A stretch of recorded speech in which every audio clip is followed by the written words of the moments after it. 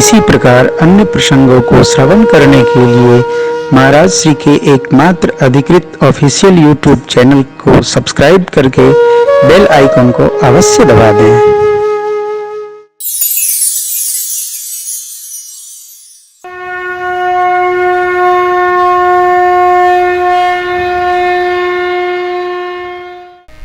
श्रेष्ठ का रुख,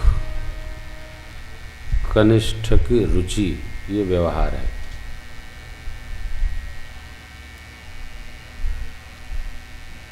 श्रेष्ठ का रुख, कनिष्ठ की रुचि, ये व्यवहार है।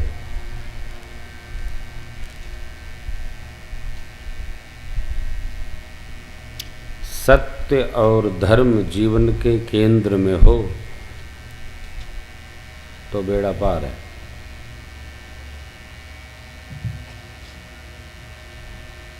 धर्म कांस्टेंट, नियतांक है, वो बदलता नहीं। किसी भी युग में धर्म की परिभाषा परिवर्तित नहीं भई। धर्म शाश्वत है। जो सतयुग में था वही त्रेता में रहा, जो त्रेता में था वही द्वापर में भया, जो द्वापर में रहा वही कलयुग में है। धर्म बदलता नहीं। आग का धर्म है दहकना, पानी का धर्म है रस में रहना, बहना। हवा का धर्म है स्पर्श बोध देना, आकाश का धर्म है विस्तार करना, पृथ्वी का धर्म है गंध में रहना। जैसे स्त्री पुरुष के धर्म की व्याख्या सामुद्रिक शास्त्र में हमारे ऋषियों ने की है।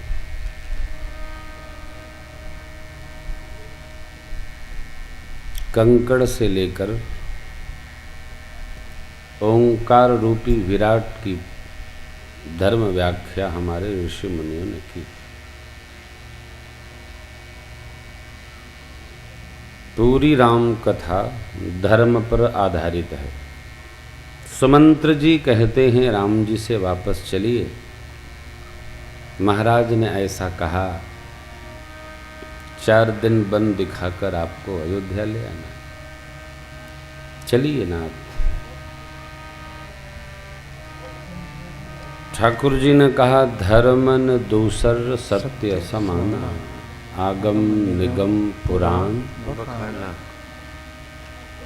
मैं सोई धर्म सुलभ करी पावा। हे तात,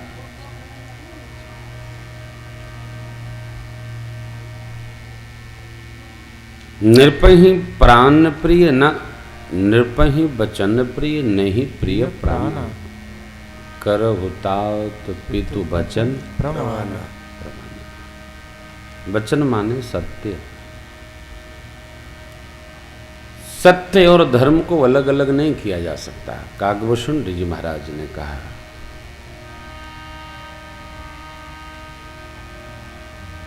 परम धर्म श्रुति वेदेत अहिंसा, परम धर्म श्रुति वेदेत अहिंसा, परनिंदा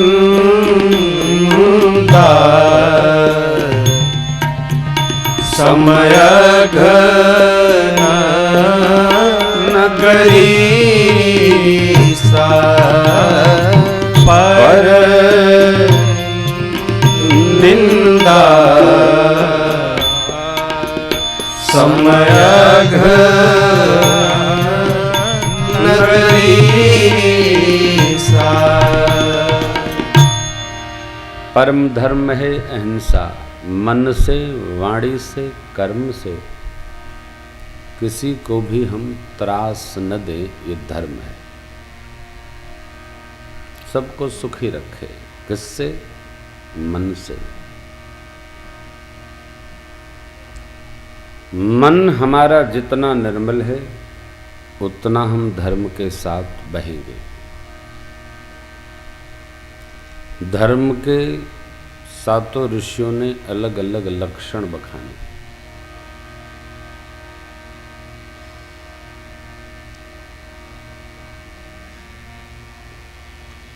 भैया भरत और राम जी के इस व्यवहार में मूल बात है धर्म और सत्य। 4 बैठकी चित्रकूट प्रांगण की है। भगवान ने भरत जी से विदा के समय कहा, भैया सूर्यवंश की परंपरा को आप ठीक से जानते हैं। जानहु तात तरन कुल रीति। और जो व्यक्ति अज्ञानी हो उससे तो कुछ भी आप कहिए तो अपनी बात कहेगा, लेकिन जो ज्ञानी हो, जो समझ रखता है, बात को समझता है, वो असत्य का आश्रय नहीं कर सकता है।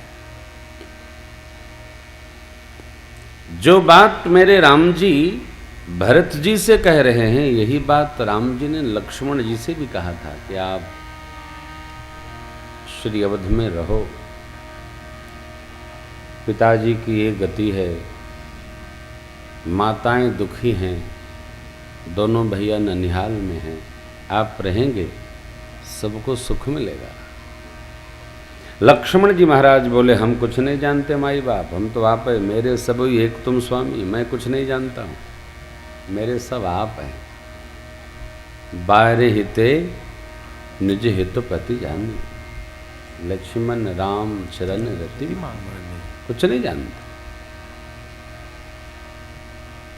जिसको यश चाहिए उसको अलग सोचना होगा,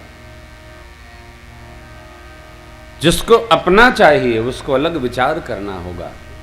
प्रभु हम तो सब आप में ही चाहते हैं। बहुत कम होता है,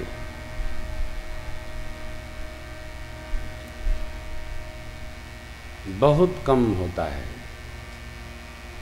हम श्रेष्ठ के अनुसार अपने जीवन को जीने लगे, श्रेष्ठ का भी सौभाग्य है और हमारा भी सौभाग्य है, बहुत कम होता है।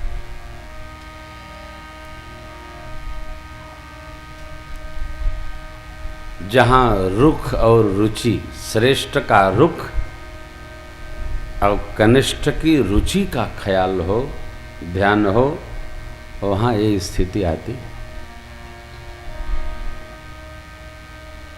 अब सबको ज्ञात है, श्री भरत जी भगवान को श्री अवध लेने आए।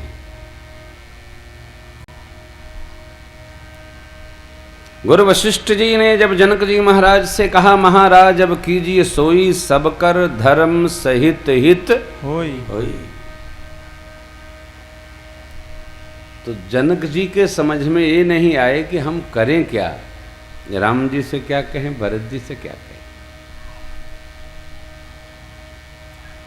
भरत जी के समर्पण का कोई और छोर नहीं है और राम जी के भरत जी के प्रति ममता का कोई जवाब नहीं, कोई गणना नहीं। कहते हैं मां सुनैना जी से जनक जी, देवी परंतु भरत रघुबर की प्रीति जाय नहीं तरकी, भोरे हु भरत न पहले ही मन सहु राम रजाय। स्वप्न में भी राम जी की आज्ञा का भरत जी उल्लंघन नहीं करेंगे, लेकिन ये भी विश्वास है उनको, राम जी जो भी कहेंगे भरत जी की रुचि का ध्यान करके कहें। भरत जी चाहते क्या है? हम कोई राजाज्ञा परिवार में पारित कर दें। आज जो राजा और प्रजा का भेद चल रहा है उसके पीछे यही कारण है। राजा को यह ध्यान नहीं कि प्रजा क्या चाहती है।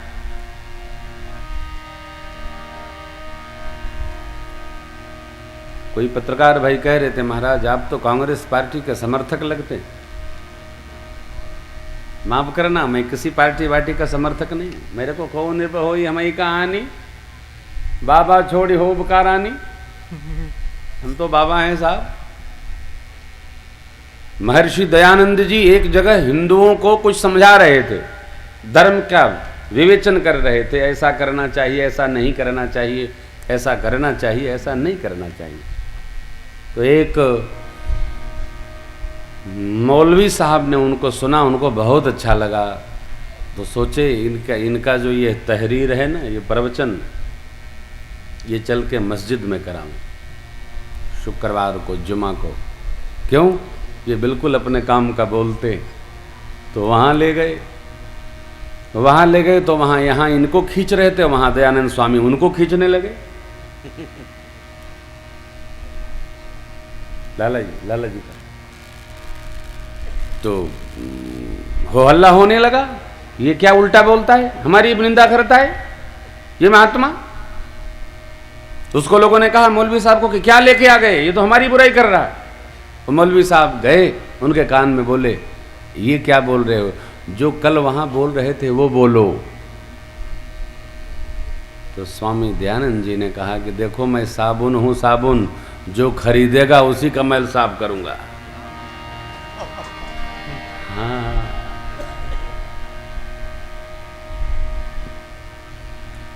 कोई मतलब नहीं। मैं जो सत्य तथ्य है वो कहा जाएगा, चाहे अच्छा लगे। देखो दो बात ध्यान रखना, मुझे ये विश्वास है कि कोई मरता नहीं, मृत्यु किसी की होती नहीं। छित जल पावक गगन समीरा, पंच रचित अति अधम शरीरा। डरता वो है जिसको मृत्यु डराती है, मैं मरने से भी नहीं डरता। इसलिए न मैं किसी की प्रशंसा करता, न किसी की निंदा करता, अपने आनंद में रहता। राघव जी की कृपा। आपको कथा सुना रहा हूं इसलिए कि आप इसको सुनो, समझो और रहो। सुन समझहि जन मुदित मन, मज्जहि अति अनुराग। लह चार फल अछत तनु, साधु समाज प्रयाग। ये कथा धर्म, अर्थ, काम और मोक्ष को देने की कथा है, मजा की कथा नहीं है। ये आनंद की कथा है। इहलोक में बैठा रही है तो परलोक में भी बैठा देगी। यहां भी आनंद दे रही है, वहां भी आनंद देगी। हमारे अशोक भैया वो अखबार से आए थे, कह रहे थे महाराज आप कहते हो संशय भी है कि उड़ामनिहारी बड़ा बवाल है। कहीं बवाल ववाल है नहीं, हम बवाल में रहते हैं इसलिए बवाल लगता है।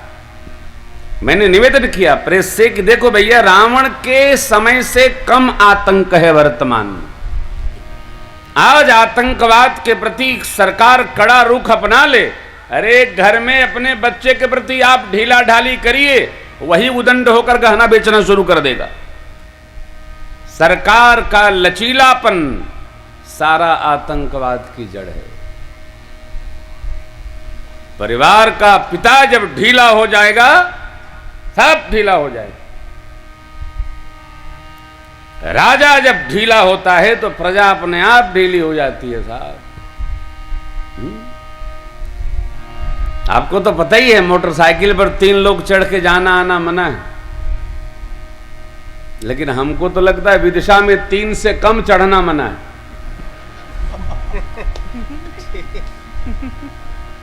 हम जब घर से निकलते हैं तो जितनी मोटरसाइकिलें रहती हैं सब पर 3 से कम बैठे ही नहीं रहते। अब क्या कहेंगे आप?